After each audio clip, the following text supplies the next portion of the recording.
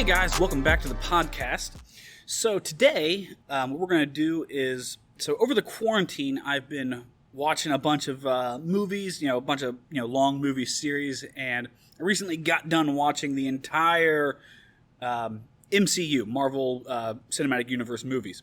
So I figured today I'd go over my complete rankings from worst to best and go over that. So there's a whole lot of things you could be arguing about in the world right now, but I figure, what better thing to argue about than what movie is the worst and the best. So now, when you have 23 movies, ranking them is pretty hard, because if you really think about it, I feel like when you're ranking these, like, what is exactly movie like 16 versus movie 14? It's hard to kind of put those in those very distinct categories. I feel like the bottom three or the bottom five and like the top three and the top five, those are really solid choices that you probably won't move around too much, except for when new movies come out.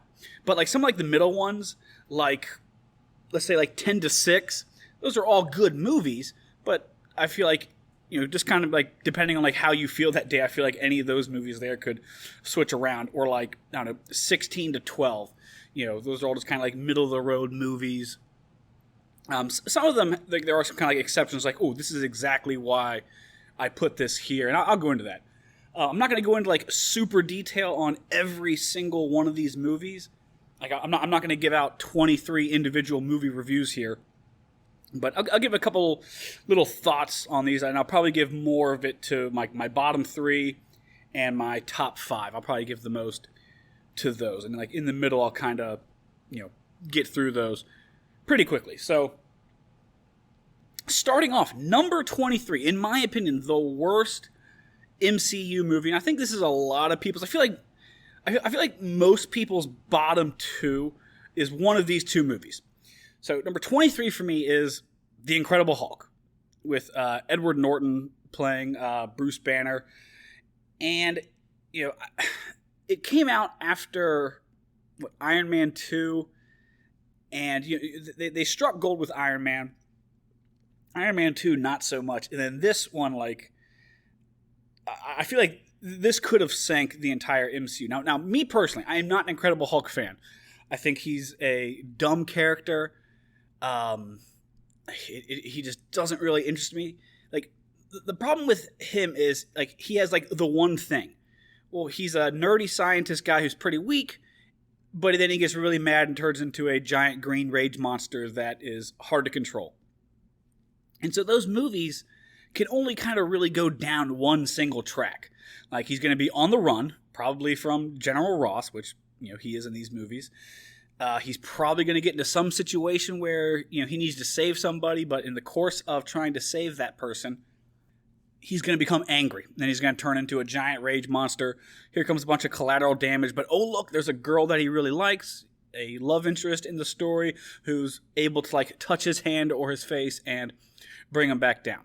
Well, the problem is, when he's this big, giant rage monster, it's kind of like my problem with Superman. There's nothing that can really stop him. He has, almost no weaknesses whatsoever, and the more damage you do to him, the stronger he gets. It's just a very boring way to write the character. And there's a lot of superheroes that kind of fall into that category where, like, they just have, like, no big weaknesses, or maybe, like, only, like, one weakness, and so it just becomes really, really boring. So, for me, Incredible Hulk, down at the bottom. Now, that being said, I do like Mark Ruffalo as the Hulk in these movies. I think he does a good job, way better than Edward Norton. I don't know if the Hulk as a character is enough to carry his own movie. I think they are going to try to do it. I just don't know. I'm sure he's going to have some, like, supporting characters who are also, like, Avengers or heroes to help him out, because otherwise I just feel like it'd be a boring kind of movie. All right, so number 22, I feel like this is at a lot of people's bottom of the list, is Thor 2, Dark World. This one just, didn't really work for me. Like, they still hadn't, like, really, like, figured out Thor at this point. Like Thor and Thor Ragnarok is great. Thor and the Avengers, is great. Thor, even in Thor 1, I feel is better than this. Like, Thor just being on Asgard, dealing with Asgardian stuff, it just doesn't really do it for me. And he's dealing with a lot of, I guess we'll call it Asgardian stuff in this movie. Loki being in it helps a whole lot. Loki does a great job being a good villain in these movies, and they team up for a little bit. But yeah, like Thor is like, funny and charming when he's kind of like, in those fish out of water kind of situations, like where he's stuck on Earth or he's stuck on the Collector's planet, like in Thor Ragnarok, and he's dealing with other people. Like when he's dealing with his buddies, like Lady Sif and the Warriors 3 or whatever they're called, like I just never thought those guys were interesting. They didn't, seem to have any, good lines together, and just it's just a really kind of like forgetful movie, even though it deals with one of the Infinity Stones at the end. But yeah, Thor 2 just it's a hard watch. I think it's just kind of really easy to almost fall asleep through. Just not that good of a movie. So I put that one down, number 22. All right, so number 21. This is probably like the first, I'll say, controversial pick of the list, because there's definitely some really good candidates for being, bottom 3 here. But I'm actually going to say Captain Marvel. Now, before people start, like you hate women and stuff like that. No, it is not that. Like, Storm is one of my favorite superheroes of all time. Jean Grey, she's really, really awesome. I like Black Widow a lot. There are really good female superheroes. Captain Marvel is just not one of them. Captain Marvel, kind of like the Incredible Hulk, suffers the same problems. It's like Superman syndrome. Like, when you write Superman stuff, well, Superman only has one weakness: kryptonite. So in the movie at some point he's going to have to deal with kryptonite. And everything before and after that is just kind of boring because nothing can stop him. Well, Captain Marvel's even worse because she doesn't even have kryptonite. Nothing can stop her. She is like the most powerful, being in these Marvel movies, with like no apparent weakness, no apparent like limits to what she can do. She turns Super Saiyan, I think they call it binary form, and just flies through ships. She could have handled, Thanos pretty much all on her own in later movies. And like, so in the Captain Marvel movie, like, she's dealing with some Kree super commandos, which, were no threat to her whatsoever. And so like, it just makes for a really boring movie. And honestly, just a really boring character. Like, honestly, like, if she was not in the MCU, it might even make it better, because she's not just going to be this, kind of ringer that comes in at the last second and saves the day unearned, which, I worry that, is what she's going to be doing, because again, she's like basically all powerful with no weaknesses. And, if it was not for Sam, there was two things that like makes it so I can like finish the movie. One being Samuel L. Jackson. Sam Jackson is amazing in everything he does. He's really funny in this. It was nice to see, Nick Fury's backstory. You got to see a little bit of Agent Coulson in there too. You got to see how he lost his eye, which I didn't really like the way he lost his eye, but whatever. And then, they do like the 90s nostalgia stuff on you. They're like, oh God, look, it's a Blockbuster. Ha ha ha, 90s, that's funny. Or, oh my God, look, it's a Radio Shack. Those aren't around anymore. Ha ha ha, funny. Like, that can't carry a movie, If you guys ever watched Ready Player One, like, Ready Player One is, in my opinion, one of the worst movies out there. It's terrible. I hated the movie. But there were points where I genuinely smiled and laughed at, because, I was a kid during the 90s and I recognized a lot of that stuff. When, a kid turns into a Gundam and he goes to fight Mechagodzilla. Well, yeah, like, I'm going to love that kind of stuff because, I loved those things when I was a kid. But that can't be like the biggest part of the movie or the sole thing carrying the movie. So I feel like they try to rely on too many of these, cool 90s references during the whole Captain Marvel movie, and it just, to me, it just didn't work. So, I think she's just a boring character, too powerful, not enough weaknesses. She's going to be basically like Superman, and like it's just like, what's the point of everyone else being here if Captain Marvel's here and can handle it all by herself? So those are the bottom three for me. Now, like, we'll say like these next maybe 10, these are all movies that, like, they're not that great. I didn't think they were, they don't hold up super well for me, in my opinion. There's a couple of them in here that, people probably might be like, ooh, why is that in there? But like, these can kind of be switching around pretty easily. So for me, number 20 is Ant-Man and the Wasp. For me, I just don't like Ant-Man as a character. I don't like the Wasp really either. I just don't really like the Ant-Man movies, to be honest. I think Paul Rudd was a good choice. I think he does the best that he can. I liked him actually in Avengers and in Civil War, but in his own standalone movies, I'm just not a big fan of Ant-Man in general.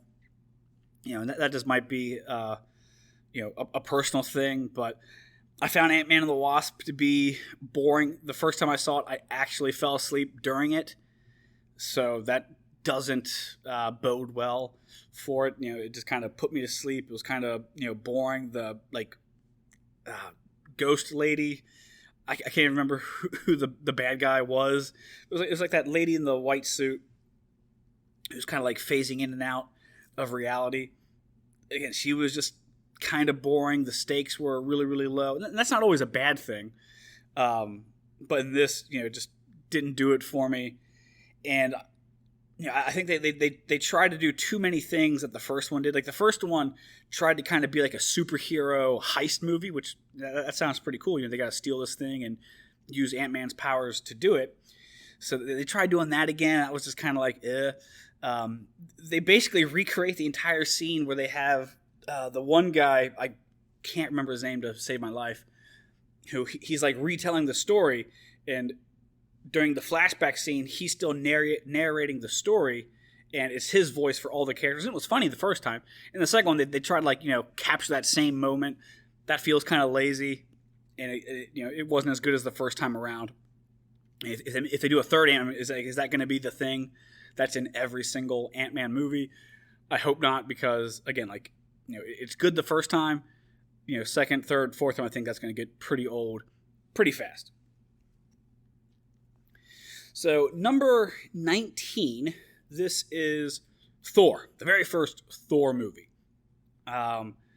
Again, they still just really hadn't figured out the Thor character. I feel like I think in this one, in Thor 2, he's this really serious Asgardian character who he himself isn't funny. It's just the situations he finds himself in are funny because, again, he's an Asgardian stuck on Earth, and that's funny because when they drink beer, they smash the cup on the ground, stuff like that.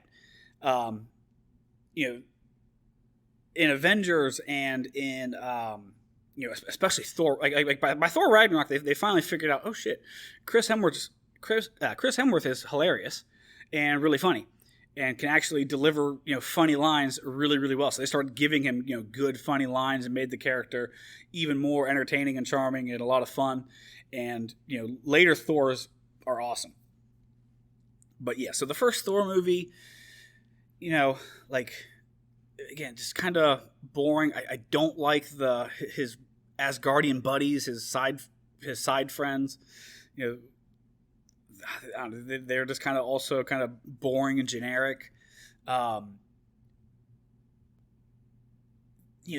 big battle is against that Asgardian weapon. It's like the statue that shoots a big laser out of his face, and so he's having defend the smallest town ever from that, and he handles it pretty well once he gets his powers back, and kind of makes a joke out of it after that. But yeah, Thor, weak movie. He hadn't hit his stride yet as a character in the MCU at this time. All right, so Next one is number 18. So this one, I feel like people would probably be like, ooh, why are you putting this one down here? This one should be higher up. So number 18 for me is actually Spider-Man Far From Home. This is the second Spider-Man movie. Now, I think they hit it out of the park with Tom Holland as Spider-Man. I think he plays him really, really well. He's a lot better than Andrew Garfield and Tobey Maguire. The issue with this movie, for me, I think the biggest issue, one, being after Avengers Endgame, and in Avengers Endgame, the stakes were enormous. After, so they go from these enormous stakes of having to deal with Thanos, who erased half the population, and now they're having to deal with, some disgruntled Stark employees. That just felt kind of dumb. And Spider-Man has really, really good villains. Venom is great. The Green Goblin is really, really good. Carnage, Rhino, all sorts of really, really good villains. I think Mysterio is a really cool villain as well. But the way they did Mysterio in this movie, where it was, he's just a normal guy who was fed up with Stark Industries, and like all of his powers come from these stupid drones. I thought that was dumb. And it's like what they did in Iron Man 3 with the Mandarin. Everyone was like, "Oh my God, the Mandarin's in this movie." That's like Iron Man's like main guy. He's this really awesome bad guy, and it just turns out like, oh no, this guy's just a goofy actor. And a lot of people hated that, and I hated that with Mysterio because again, Mysterio is supposed to have all these really cool powers, be this really cool, powerful, mysterious guy, and just does nothing with it. It was just awful, in my opinion. Like the bad guy is what ruined that movie for me. There's definitely some really funny parts in it. I think like all the cast for the Spider movies has always been just like really, really good, really, really spot on. But yeah, man, just the way they dealt with Mysterio in that movie really knocks it down for me, because like you have to have good villains, and when you take like a good iconic villain and then you kind of like try to subvert expectations like that, and you do that, I'm not a fan of that. So that one gets kind of a hard pass for me. So that's number 18. So that's down near the bottom. Next is number 17. So number 17 is Ant-Man, the first Ant-Man movie. And again, for a lot of the same reasons of Ant-Man and the Wasp, I'm just not a fan of Ant-Man in general. Being able to shrink down, being able to, get really, really big and tall, just not that cool. I don't think ants are cool insects. Maybe if I was a big fan of ants in general, I think they would be really, really cool. I did like the premise of like, this guy is him and his buddies are thieves and they're going to pull off this heist. I thought that was a really cool concept. I wish they kind of would have like gone even more into it that way. But I feel like it's got to be hard to make a superhero heist movie, because like good heist movies have multiple characters who all do like one specific thing, and with superheroes, it's like the one superhero, he can probably do most of these things pretty much all by himself. So, yeah, so number 17, Ant-Man. All right, number 16 for me. I feel like this one is probably lower on a lot of people's lists, and kind of like, thinking back on, like, this one could easily be like number 20, number 19. There's just a lot that this movie didn't do for me. It's Iron Man 2. So, I really like the Iron Man character. I thought Robert Downey Jr. was awesome. Iron Man 1 is a great, great movie. But, yeah, Iron Man 2 was just, it just felt pretty boring. And really, it feels like the Iron Man scenes are what's really boring. The scenes where he's Tony Stark, out of the suit, those are all really, really good. But, like, how can you make the Iron Man scenes be kind of boring. They had was it Mickey Rourke, and he's the guy with the electronic whips. I think his name is maybe Shockwave. I'm definitely not up to snuff on my like Iron Man villains and stuff like that. But he only deals with them twice in the movie. Once on the racetrack for I don't know, maybe 3 minutes, and then at the end, him and War Machine, War Machine and Iron Man deal with him at the very end after the drones, and that only lasts a couple minutes as well. And it just didn't, the Iron Man parts of those movies just did not do it for me. They just seemed really boring. They had like that one like climactic fight scene at the end against all the drones, and then him and War Machine are taking them out one by one, and then all of a sudden he pulls out these he like shoots these red lasers from his wrists and cuts down all the rest of them. And even Don Cheadle says, well, why didn't you lead with that, or lead with that next time? And it's like, yeah, see, like stuff like that is kind of dumb. Like they shouldn't have put that in because like I thought the drones were boring, or at least they should have been fighting the drones throughout the movie, not just at the last 10 seconds and where all of a sudden he can just, flip a switch and take them all out like that. And then to deal with Mickey Rourke's character in about, 30 seconds after that, just, again, didn't really do it for me. And I think this one's at a lot of people's bottom of their list because, they struck gold with Iron Man 1, and they were not able to repeat that with the other Iron Man movies whatsoever. So that one leads me into my next one, number 15, and this is Iron Man 3. And again, like a lot of the same reasons. I do like this one over Iron Man 2. Because this is kind of like in the middle of the bottom, like, this could be, 18, 19, 20, whatever. I do think Iron Man 3 would always be higher than Iron Man 2 for me, though.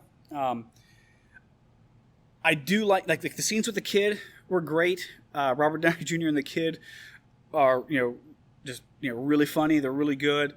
The part with the Mandarin was, like, some people did like that. I was not one of those people. I wasn't, like, really psyched up for the Mandarin. Like, I like Mysterio more than I like the Mandarin. But even I just thought, okay, yeah, this is kind of dumb. And then, they reveal, like, ooh, like, the main bad guy. Like, maybe he's the Mandarin. He has, the extremists and all that kind of stuff, or extremists. But I did like seeing all the Iron Man suits. I liked seeing the first Hulkbuster suit. I thought that was cool. I thought that was really, really interesting. But, yeah, the Iron Man scenes in that movie just weren't that great either. They're definitely better than 2, though. But that's not saying much. The Tony Stark scenes, though, were all really, really good. Robert Downey Jr. just kills it as Tony Stark. But, yeah, like, as Iron Man in those movies, just not so much. They're just kind of, there's a lot of, like, forgetful scenes in those movies. All right, so next, we have number 14. This is probably... if Captain Marvel's probably my most controversial position. This is probably my second most controversial. So this is like smack dab in the middle. So some people, I guess if you're like a glass half full kind of person, you go, oh, that's not that bad. If you're a glass half empty kind of person, like, oh my God, you're putting in this spot, it's terrible. This is Avengers Endgame. Smack dab right in the middle. And I know a lot of people who are like, this is top 5. What are you talking about? Avengers Endgame was amazing. No, it wasn't. It was so disappointing. They dropped the ball so hard on Avengers Endgame. And, they went from Avengers Infinity War, which is like peak movies, in my opinion. It is one of my favorite movies ever. And they just really dropped the ball, I felt like, with Avengers Endgame. Man. So, I'm not a humongous fan of, time travel in movies. I think it is a terrible, terrible trope to insert into movies and shows unless, I mean, you just like really, explain it super well and like do your homework with it and, really kind of explain it to the audience in a way where it makes a lot of sense. Because the problem is it becomes so easy for giant plot holes or for people to be like, well, shit, why didn't they just do this? Or it's just really easy to make these giant plot holes. It's really easy to make these big scenes where people are just like, oh, well, why didn't they go in time and do this instead of that? Or go back in time and do this? Why did they choose to do that? It just doesn't, in my opinion, like, it can work. It just rarely ever does work. And this is one of those movies where I feel like it didn't really work. So it's not like straight time travel. It's like a weird kind of like, time travel-ish multiverse theory kind of thing. So like they basically like doomed almost, a certain existence to get, some Infinity Stones from this other universe. They do end up, giving them back. But like, so something I thought was they do a pretty good job of it, I feel like, until the ending with Captain America. So, at the end, they're going to send Captain America back, and he's going to return the gems to their rightful places in time. Okay, fine. And like they're like, oh, like when you're going back in time, like it might be years back then, but it's only like seconds during the current timeline, whatever. And so he goes to do it. They go to bring him back. Nothing happens. Oh, I think he told him, I feel like I think he told someone like, "Don't bring me back," or something, because he wanted to, have the life that he didn't get to have with Peggy Carter, Agent Carter, the SHIELD agent lady. So, yeah, he does that. They're not able to bring him back, and so they're all kind of like, "Oh, I guess he's gone." And they pan over a little bit, and they look to the left. And there's Captain America as an old man sitting on the bench. And it's just like, wait a second. I thought he was in a different dimension, a different, like, multiverse kind of thing. So why is he here right now? And then did he just, like, appear there? Did they not notice that there was an old man sitting on this bench literally 6 feet away from them? Or did he just, like, mysteriously pop up out of nowhere? I didn't like it. It just kind of ruined the whole time travel part of it. I wish they just didn't have to do it at all, to be honest with you. If they would have found a better way of doing it. But, I mean, I guess there's only so many ways you could have resolved that storyline. But, yeah, like, it just did, like, the movie just did not do it for me. I thought, like, the Hawkeye, Black Widow, suicide off competition was weird. It didn't have, like, the emotional impact I think it was supposed to. It was, like, I feel like I shouldn't have been laughing, being like, here, does one of you guys kill yourselves? What are you guys doing? Like, that's, like, the reaction I had, and I feel like it was supposed to be a more emotional, gut-wrenching type of thing, but it just fell flat for me on that part.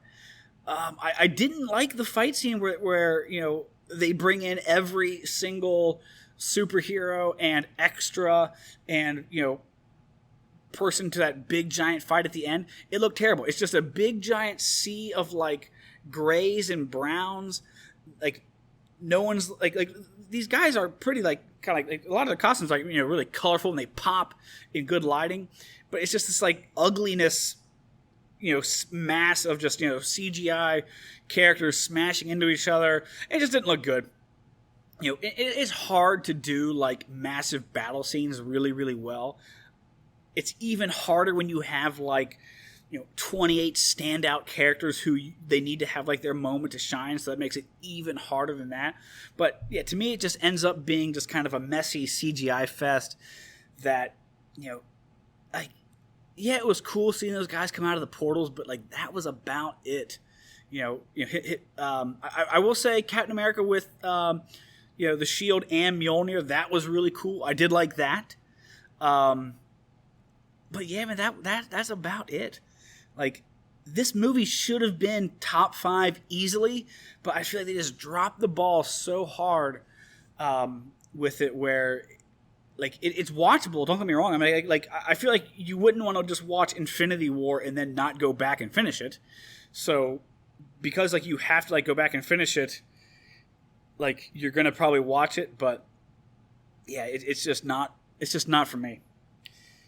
So next we have number 13. And this one, I kind of go back and forth with this one and Avengers Endgame of like this exact spot. Because this is also kind of like smack dab in the middle as well. But this is the second Avengers movie, Age of Ultron. And the more I think about it, I do like this movie probably more than I liked Endgame. I think a lot of people didn't like Ultron. I can't remember the guy who they got to voice him. It's the guy from The Blacklist, who has a great voice. It just like to me, like I was expecting more of like a metallic robot sounding voice, but like I mean, it straight up sounds like a human in the movie. That it's kind of, I don't want to say jarring. I mean, it's not like that, but this is kind of weird. This doesn't really like fit. It kind of like tears me out a little bit of my disbelief with that. So yeah, Avengers: Age of Ultron. It had some good scenes. I really liked the Hulk versus the Hulkbuster Iron Man. That's an awesome scene. I liked seeing Wanda and Quicksilver. Those guys were really cool. I really liked when they're on Sokovia, the island, not the island, but like the country is a big chunk of it was lifted up into the ground, and they're trying to rescue all those people. Nick Fury comes in with the helicarrier. Some really good scenes in that movie. I really did like it, but yeah, man, it was not as good as the first Avengers, and just like I think ensemble movies are really hard to do right, and they really did the first Avengers really right. They really did Infinity War right. This one though, like it just didn't feel. It's just kind of weird, like because like there are some good scenes, some good fight scenes. I like the scene when they're trying to pick up Mjolnir at the party. But yeah, like it just doesn't feel like it's all that. I don't know, man. It's just a kind of weird. It's just like a weird, like lukewarm. It's not a bad movie. I'm struggling to find like things I don't like about it. So that's the thing. But like, it's also like, do I really love it? Not really. So next up is number 12. Number 12, I think this is another one where people probably have this one up a lot higher. This is Guardians of the Galaxy 2. So, right away, I'm not a big Guardians fan. I did like the first movie, but like I did like when I talk about the first Guardians, I'll kind of go into it more. But like this one, it wasn't like laugh out loud funny for me. I mean, there were some like genuinely funny parts. I think for a lot of people, it was even funnier for them. For me, not so much. I just didn't really. Oh God. When he's fighting the planet, I'm just like, okay, whatever. But like they have they have great actors in these movies for the Guardians movies, but like I'm just like I just don't care about any of these people and what really happens to them. Like I mean, I'm not really rooting for or against them. I'm just kind of like this is funny. These guys are quirky, they're charming, I guess. But yeah, like it just didn't really do it for me. Like I didn't care about was it like Bondu, the blue guy who has the cool arrow thing, when he's like, "Oh, I'm Mary Poppins, y'all." Like, I just didn't really care about him. His sacrifice, I didn't feel it. Didn't really feel, well earned to me. It just, again, it's just one of those movies where it's just kind of like, and like these spots, again, like 13 out of 23 is not bad. It's still pretty. Or this is 12 actually. 12 out of 23 is not bad. It's just kind of middle of the road. It's kind of like it's not bad. But it's also not like the best one out there. It's all right. All right, number 11. This is Captain America: The First Avenger, the first Captain America movie. Now, so like when I first saw the trailer for this, I was like, this is dumb. This is garbage. Here comes Captain America busting through a door, shooting a pistol at, Germans. I'm like, this is dumb. Like, who wants this? I never really liked Captain America. I thought Captain America was just, he's like a boring Batman. He's like, he's like a super soldier, I guess, and like, but his thing is like, he bounces a shield off people's skulls. Whatever. I tell you what, though, man, the Captain America movies, especially the later ones, turned it around for me. Like, Captain America is probably my favorite MCU character now. Like, I don't know if I'll say he's like my favorite, like, Marvel superhero, but as far as like the movies go, like, yeah, like they made him probably my favorite. I used to think he was the most boring Marvel character out there, but like these movies like really brought him up for me. And like the first movie's really it's just all right. Seeing him in World War II is pretty cool. When he turns into, when he actually turns into Captain America, like when they inject him with the super serum or whatever it's called, that stuff's really cool.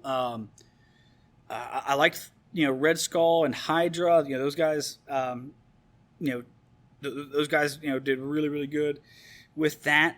But yeah, like I wasn't big on Captain America just yet at this point. But like I will say this, like I went into this movie expecting garbage and was actually pleasantly surprised.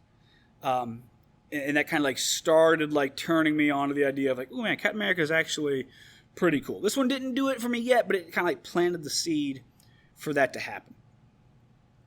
All right, so now top 10. So 10 through 6, I think the top 10 is hard. 10 through 6, I feel like these can kind of switch around quite a bit. My top 5 is pretty solid. I don't know if I would move any of these around. But like number 10 is still a really good spot. Like there are certain things about these movies that I don't like for sure. I mean, that's with every movie. But like these are like really good, solid movies. So number 10, I'm going to go with Spider-Man Homecoming, the first Spider-Man movie. I really, really like this one. Again, the actor they got, Tom Holland, is perfect. It's actually Spider-Man as like a believable high school kid, not 34-year-old Tobey Maguire walking around high school. They just nailed it with him. I loved the scenes with him and Iron Man together. They just had really good chemistry. I really liked that kind of like, father-son mentorship relationship that they had in those movies. It was really good. Coming off of Civil War when we first saw them, it was like, oh god, I wonder where they're going to go with this movie, because like it's going to be hard to kind of top, fighting, like Captain America and the Winter Soldier and all those guys. And like for the villains, like this is one of those movies where I think like the villains were weak. So they went with the Vulture, who is just kind of like, Like Spider-Man has some wicked villains, some like wickedly powerful and cool villains. Again, like the Green Goblin, Venom, Carnage, those guys. But I think they kind of wanted to tone down the stakes a bit, which is a good thing. And I also liked how they didn't go into an origin story with them, because this was the third Spider-Man reboot, and like I think we were still getting Spider-Man movies like 3 years before this one even came out with either I think it's Andrew Garfield or Andy Garfield. I think it's Andrew Garfield, and those were pretty good. They were all right movies. But like we have seen Spider-Man's backstory over and over and over again. Like if you don't know that Uncle Ben died and deals with his aunt, well, you ain't missing much anyway. And I'm glad they didn't do that. I'm glad they just kind of like went, right into the story, continuing it off of Civil War, and letting us meet Spider-Man that way. Fun movie. His best friend is hilarious in those movies.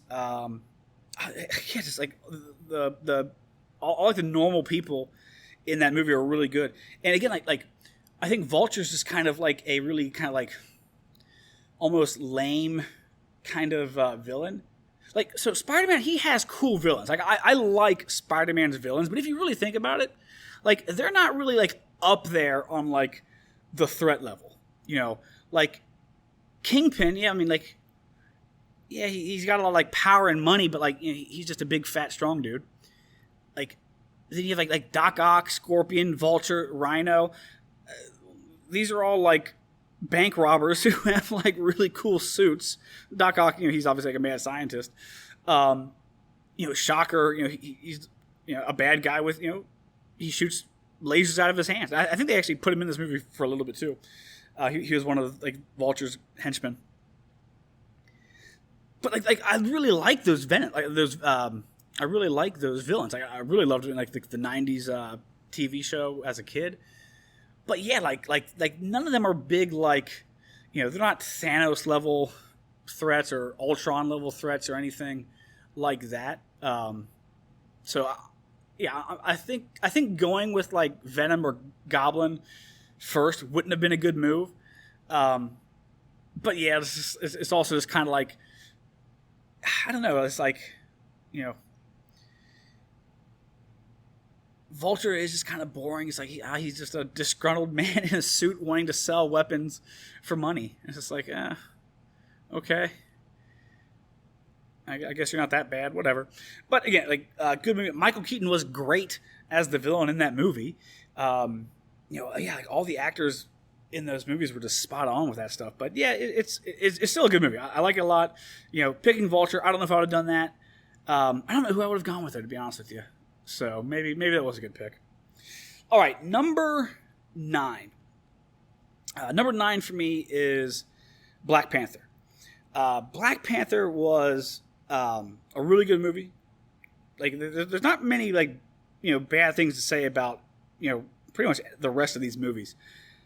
I tell you what, like if I had to, like, you know, like kind of like nitpick, I guess, is like I wish we would have gotten even more like the day-to-day Wakanda scenes, because I think one of the coolest things about that movie is like at least from like where I'm at in the States, or, you know, like what I'm kind of like, you know, exposed to, or it's like kind of like always in like my you know, stratosphere of like, you know, entertainment and, you know, all that kind of stuff. You don't see a ton of like African culture things, like actual, like from like the continent of Africa. And like this movie, like there's a lot of that stuff, and it's really cool, really interesting. You know, the costumes, the sets, the locations, all stuff is just really cool, really interesting. And if they would have just gone into that even more, I think it just would have been even better. I did like Michael B. Jordan as Killmonger. I thought he was cool. You know, like I thought like him and Black Panther fighting was, you know, it was kind of like whatever. I thought it was more exciting watching Killmonger fight Okoye and Shuri and like the Royal Guard, because like those had consequences and stakes. Like Killmonger could easily deal with any of those guys, and like you knew he's not going to be able to, you know, do much to Black Panther. But it's like, oh my god, like he might actually take out some of, like, you know, Black Panther's, you know, friends and family, and actually take him down. So it was good with that. You know, those two fighting each other wasn't like all that great for me. You know, like I think the issue is like it's not as bad as like Captain Marvel and the Incredible Hulk, but, you know, he's in a vibranium suit, which makes him darn near invincible. Like Captain America's shield makes him invincible, but it's only a shield. And like Iron Man's suits makes him like pseudo invincible. We see all the time like Iron Man's suit getting torn apart and tore up all the time. With Black Panther, like nothing, you know, vibranium is just one of those kind of like almost boring materials, because like it's like this super strong material that has no weaknesses. Well, when you're covered head to toe in it, it takes away a lot of the stakes. It kind of takes away a lot of the things that, you know, can you know, make for good, interesting stories. I feel like, because you go, okay, like what are these guys with guns going to do? He can just stand there all day, and you can unload on him, and he'll just, you know, be completely fine. You know, swords not going to do anything. Axes, nothing. You know, you could probably shoot a missile at them, and it'll bounce right off. So that kind of gets boring. They get around it with like the train thing, but you know, in other movies and stuff like that, it's going to be interesting to see what they do to kind of, give you that threat and stakes. That'll make the story actually interesting for Black Panther. I think they'll do it. I think the rumor is that they're going to have Doctor Doom as the bad guy, and I would love that because Doctor Doom is, one of the best Marvel villains in my opinion. So hopefully they, do a good villain like that. Maybe if they work Storm in there as well, that would be really, really cool as well. So I think they'll be able to do some good stuff there. At least I hope. All right, number 8, Guardians of the Galaxy. And again, this movie, I saw the trailer for it, and I at first had no idea what this was, who these people were. The trailer to me was not even particularly funny. I do like Chris Pratt. I like Zooey Deschanel. But I wasn't really laughing during the trailer. I thought it was like to me it kind of reminded me like Hitchhiker's Guide to the Galaxy or Spaceballs. They're trying to make a funny sci-fi movie, and I love funny movies. I love sci-fi movies. A lot of times when they mix, it just doesn't seem to hit off really, really well.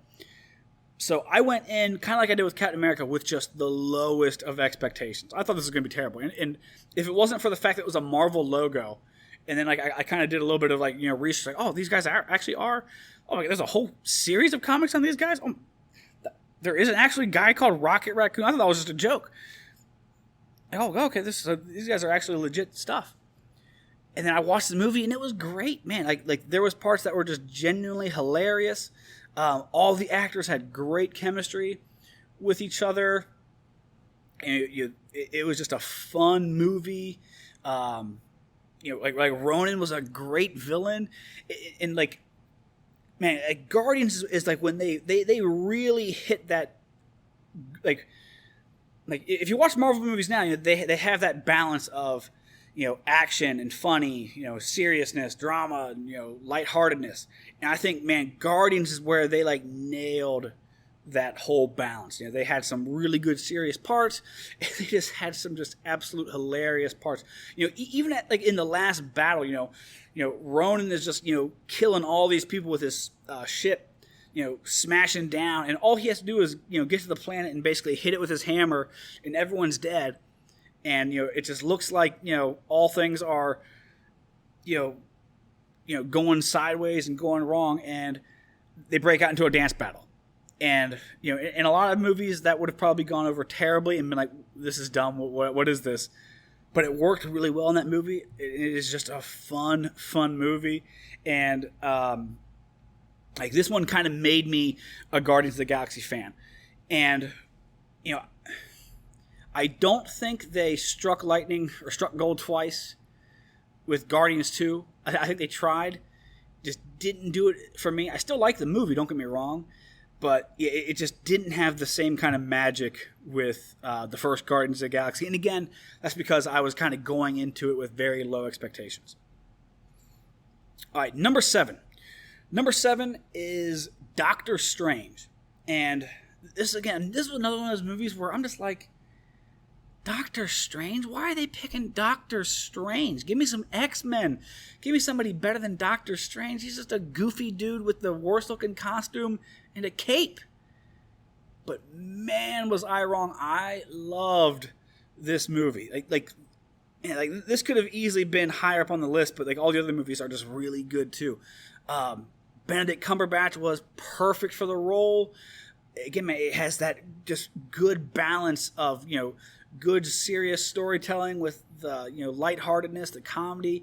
It's just really, really good. I think his character is awesome. He's up there. He's probably my third favorite MCU character now because of this movie. But yeah, I used to think he was just dumb as a kid. I thought he was one of the dumbest Marvel heroes ever. Doctors. The name is just stupid. Like Iron Man is cooler than Doctor Strange. Wolverine is cooler than... Give me these cool names, not Doctor Strange. That's on the same level as Mr. Fantastic. Get out of here with that garbage. But no, man, this movie is so good, and I am so excited for the sequel for this one. Give me more Doctor Strange movies immediately, because, I I'm interested in his powers. I'm interested in all those wizards and what they can do and that whole like secret order behind them. I just want more of that stuff. All right, number 6. This is Iron Man, the original, the OG. All right. The movie that just like set it off. And I think for a lot of people, like they do kind of tend to put Iron Man like in the middle of the pack. But like I feel like Iron Man is just such an important movie because like if Iron Man would have done bad, we would have had none of these other movies. You know, like Iron Man was just perfect for the time. And you got to remember, like we're coming off of the terrible X-Men movies. We're coming off of the terrible Spider-Man movies. And, like, back in the day, like, a superhero movie was just like, oh, God, they're doing a superhero movie? Okay, I'll take my 5-year-old son. Hopefully he'll like it. But now, man, like these are good, awesome movies that people, you know, genuinely love. You know, it doesn't matter how old you are. And they just nailed it with Iron Man. Robert Downey Jr. was perfect as Tony Stark. And again, like, you know, they got the balance just right. All the Tony Stark scenes were amazing, like they are in pretty much all of his other movies. But all the Iron Man scenes are really, really good in this movie. And you know, they don't have, you know, a giant stakes villain at the beginning. They just have, you know, Obadiah, he's like Ironmonger. You know, it was Jeff Bridges who played him, who you know, did a really good job with that. And so you don't need this giant, like, apocalyptic level villain to make a good movie. And they just nailed it with, you know, great actors, great writing. It had some good, funny stuff in it, some good, serious stuff in it, some just awesome, badass Iron Man scenes. And, yeah, I mean, they just kind of, you know, nailed it with this one. Dropped the ball a little bit with Iron Man 2 and 3 and the Hulk coming after it, all that kind of stuff. But, yeah, this is up there for me. This is number 6 because, yeah, without this one, we wouldn't have had any of the rest. All right, top 5. Number 5, we have Thor Ragnarok. And again, man, like at some point, these guys looked at Chris Hemsworth and was like, oh, my God, this dude's actually funny.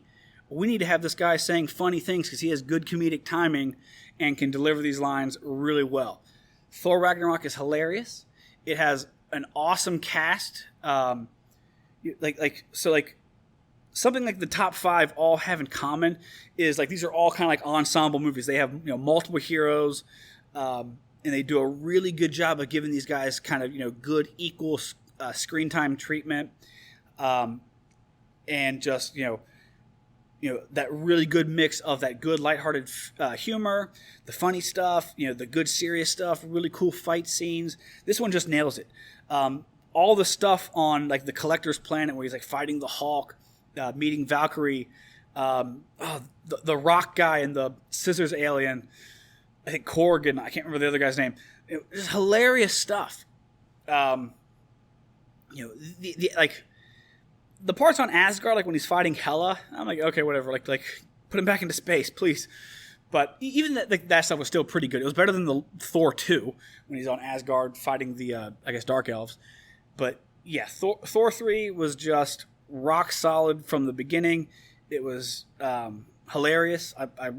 This is an easy one to rewatch. Like some of these movies, when you rewatch them, it's just kind of like a chore. You're just like, I know he's going to say this. I know he's going to do this. Now he's going to do that. This one, it's fun every time I've watched it. So, yeah, Thor Ragnarok, number 5. Number 4 is The Avengers, the first one.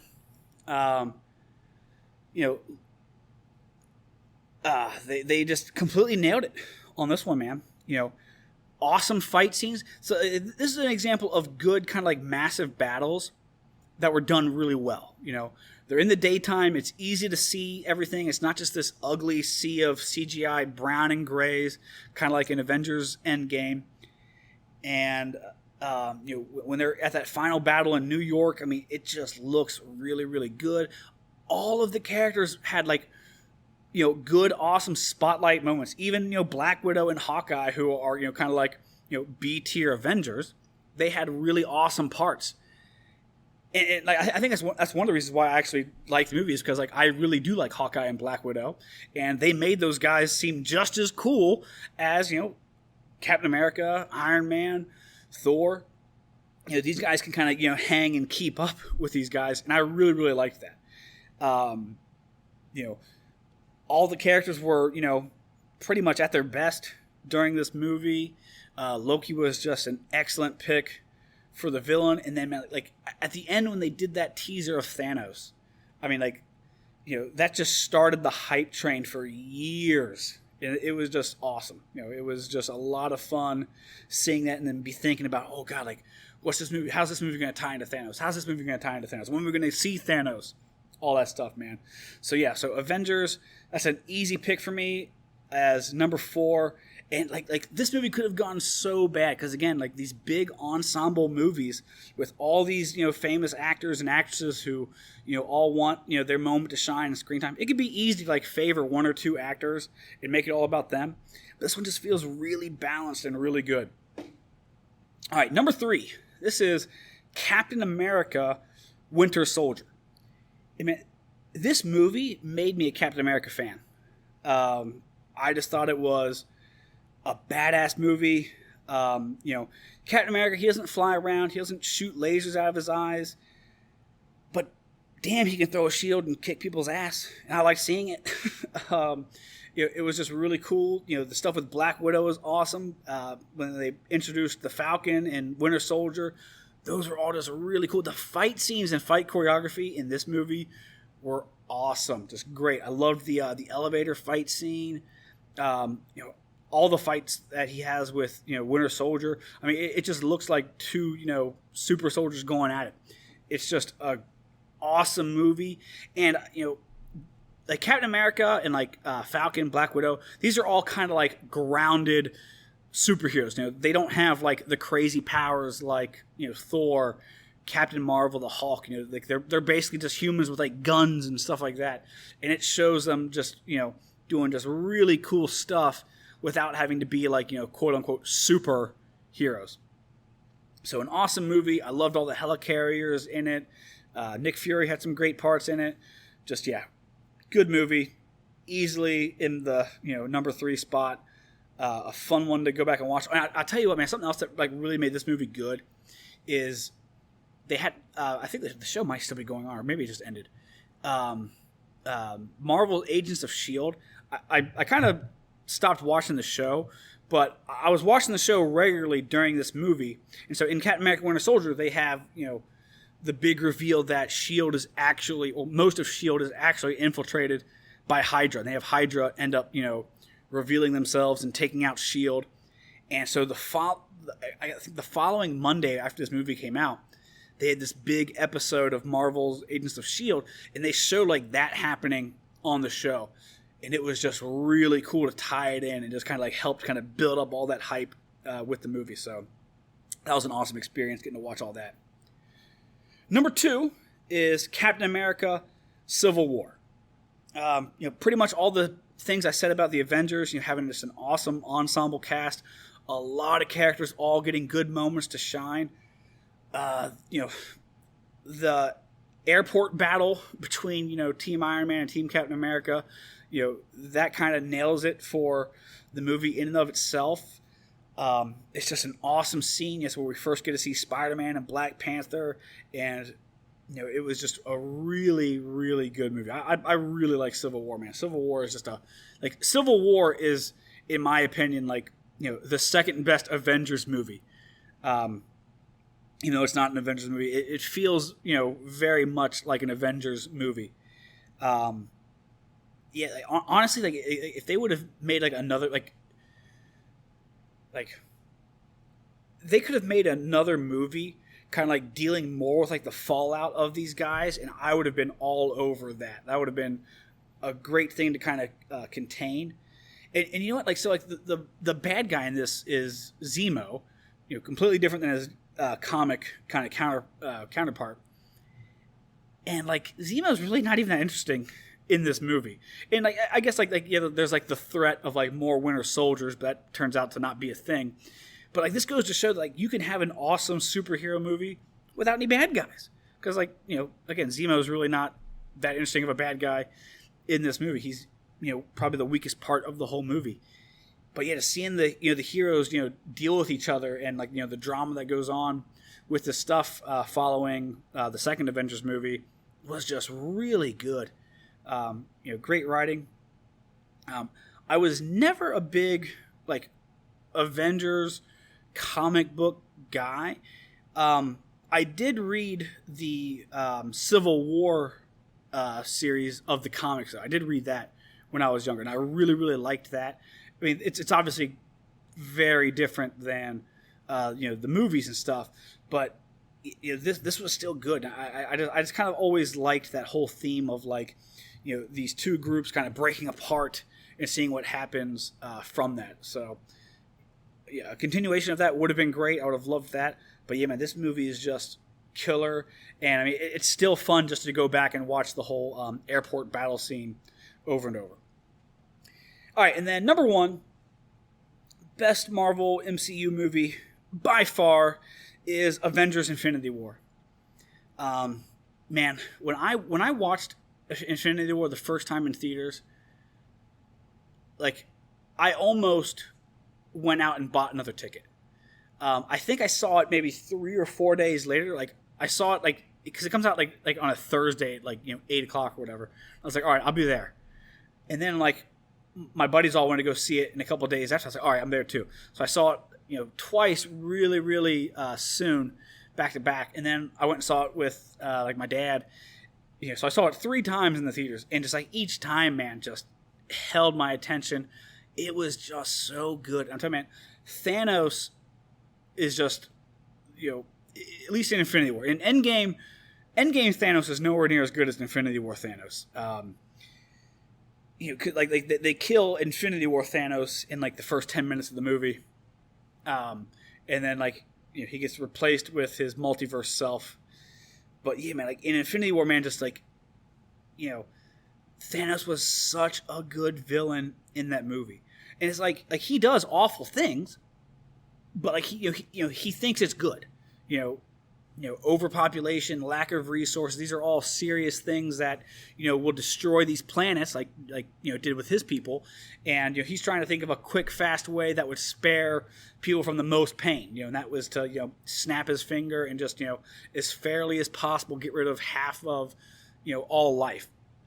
And like you can make arguments for that of like that being an actual like okay thing to do. They have a ton of characters, a ton of actors in this, and they all, get their limelight. They all get their spots to shine. Iron Man and Spider-Man and the Guardians is just hilarious. Thor with the Guardians is hilarious. Like this movie was just so good. And again, this movie had another kind of like massive battle fight scene when they're in Wakanda and they have all those aliens trying to get through the shield. It just looked a lot better than Endgame's big massive fight scene. And again, it's during the daytime. You can clearly see who people are. There's actual colors to it. It's not just that pit of browns and grays and dark muddy colors all together.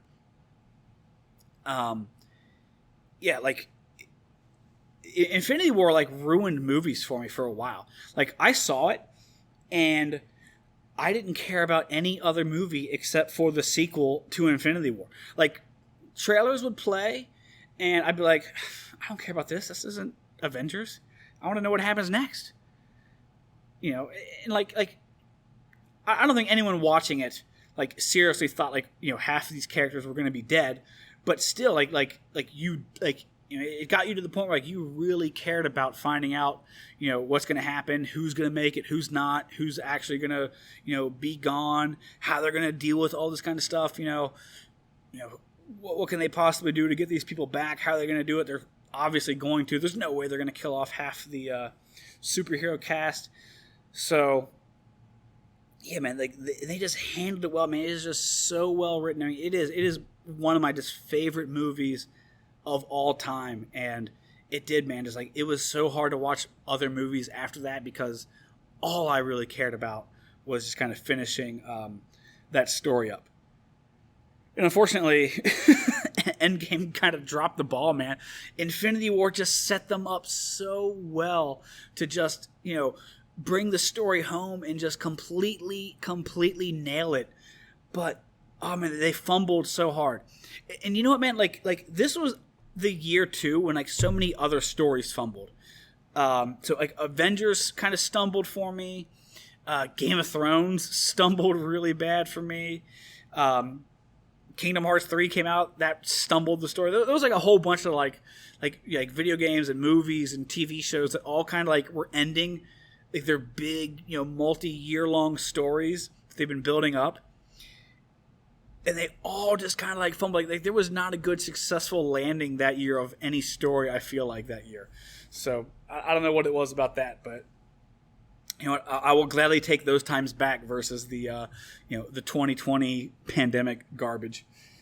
So yeah, so that's the Marvel MCU rankings. I'm gonna plan on doing some more of these. Obviously, there's not going to be lists as long as this one, so the videos will be shorter. But I'm thinking about doing stuff like the X-Men movies, the Star Wars movies, the Lord of the Rings movies. So I'll be getting those out to you guys. I got some other good ideas coming down the pipeline for some podcasts.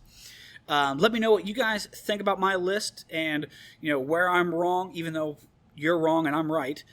You can put in the comments of my good choices, my bad choices, where you put your stuff. I'd like to see what your guys' lists are. Just let me know. And make sure you guys like, share, subscribe, tell people about it. I'm trying to grow that audience. And I appreciate all of you guys, and I'll see you guys next time. Bye.